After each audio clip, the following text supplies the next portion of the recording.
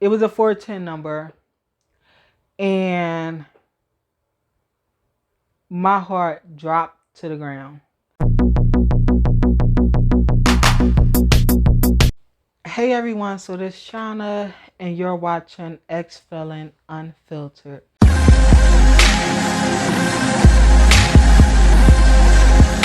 So, although I was moving around and stuff, I was indeed living my life because I was going to the library every every day, Monday through Friday. That still have something to do, and I'm from Philly, so our mall was called the Gallery. It recently changed, but I still call it the Gallery.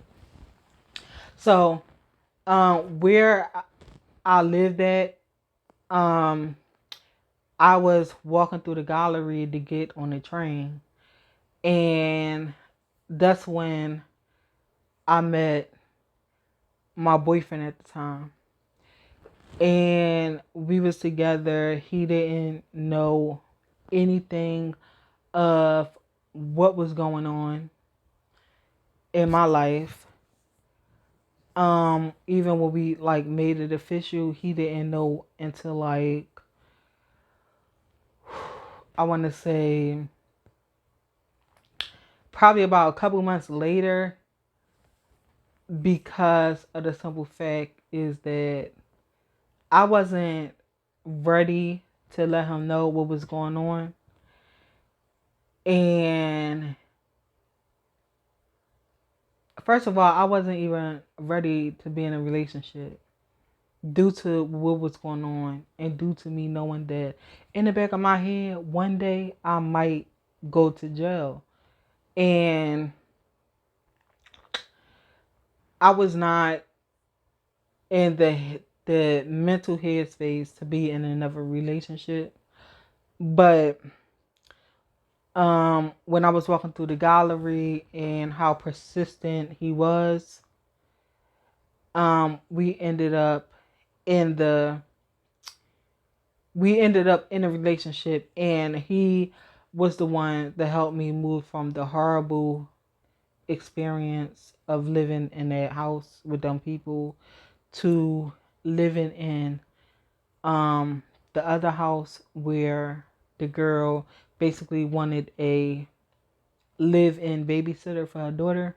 He was the one that moved me into there. And then a little bit after that is when we actually, started dating and stuff. And I don't know why I had to move out her house, or what was the reason that I had to move out her house. But I remember moving out her house and moving into my now boyfriend room, because he was also renting a room, getting his life together after his breakup with his kid's mom and stuff. So, and plus, like, he needed help, and he wasn't working at the time. I needed a place to live, and I had money to be able to cover the rent because I had Social Security, and he was doing like other odd jobs to be able to get extra money so he could be able to pay his own rent. But I came along with the money. I needed the place to live, so we lived together. So, and later on, throughout when I moved in with him, I remember I was in the kitchen, because even though it was a rooming house, we still had access to the kitchen. Like, it wasn't no living room. It was just like a whole lot of rooms with a kitchen and bathrooms. So, after I moved out of the girl house that wanted a live-in babysitter, and I moved with him, it was months later. Like, I don't really remember the months or the dates, but I know that it was almost springtime, if not springtime. that I moved in with him. And then months later, I was in the kitchen and my phone rang. And it was a 410 number. And if you don't know what a 410, that's a Maryland number. So it was a 410 number. And my heart dropped to the ground. Like, how did you people get my phone number? Who was this calling me? I had all them different thoughts running through my head. First time I didn't answer, but I kind of knew like what was going on. Because the first time I didn't answer, right? So,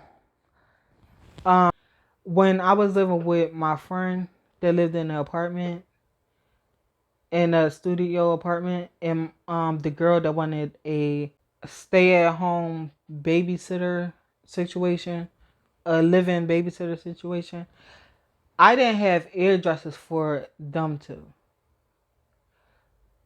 Or I didn't have an address for the other person that I lived with that was horrible.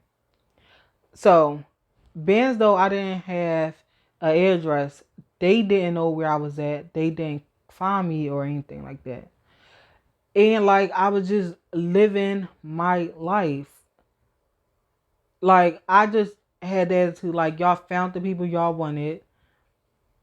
So like why y'all looking for me?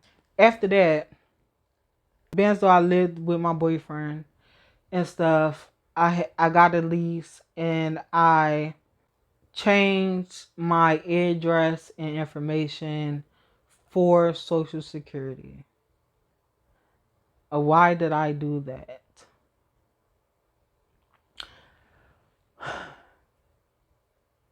So after I did that,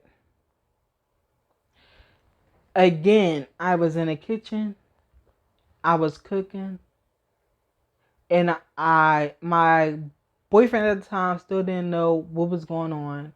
He still didn't know that I could be getting charged, going to jail, or prison or anything like that. He still didn't know. And when I changed my address and stuff on Social Security to my boyfriend address, because I had the lease and everything, when I did that, I got a letter in the mail from Social Security saying that they was going to cut me off. Then I called Social Security and asked them why they going to cut me off. And I just sent them my information. So after I called them, they sent another letter in the mail saying that they updated my information, blase blase. So my stuff wouldn't get cut off. And they tried to cut me off through the Social Security office in Maryland.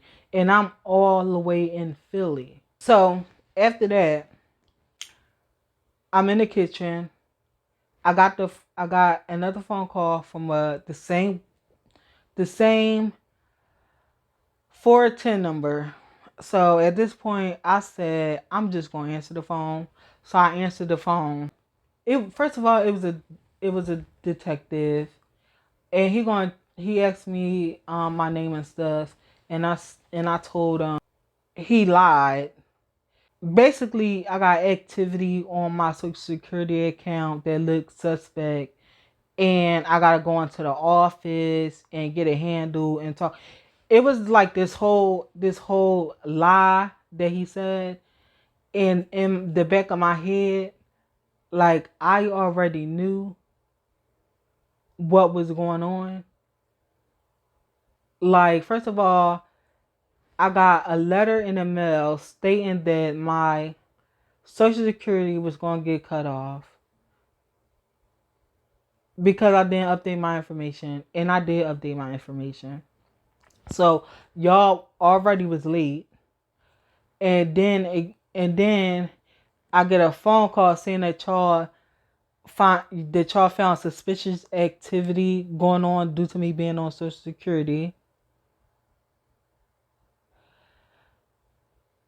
And it was something else, but I can't, because I remember it was like three things he said that was a lie. But I already know, like, the people I was with got locked up months ago. And it's a 410 number. And y'all calling me. Y'all sent me a letter out saying that social, send a letter out saying that y'all was going to cut my social security off because of suspicious activity.